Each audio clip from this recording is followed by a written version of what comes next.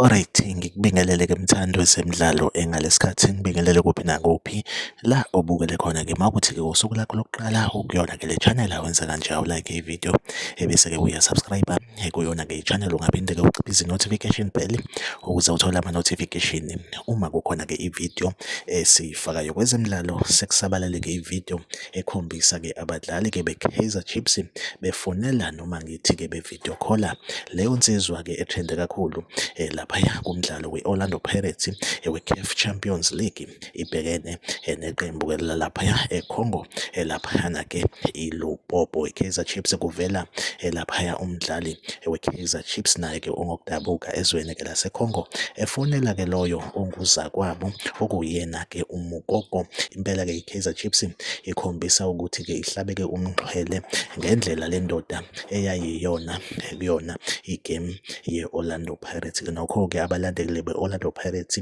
abakuthandanga lokho since laphaya uMukoko ayibadlalisa ngendlela engagculiseki. Insizwa le eprovokanayo impela-ke kuyavela i-Kaizer Chiefs njengoba-ke siyibona ividiyo George Mokgo beyi-video call-a-ke le nsizwa besizwa uyena laphaya uLilebo okuyena muntu-ke omjwayele uMukoko, bekhombisa nje ukuhlabeka umxhwele ngendlela adlalisa kabi ngayo imbangi ezayo i-Kaizer Chiefs. Like ividiyo, subscribe kwi-channel bekuwukuzoshera manje lo video, make sure ukuthi uyayilike ividiyo uyasubscribe kuyona-ke i-channel. Mina nawe asihlangabezana kwividiyo elandelayo, nisale kahle.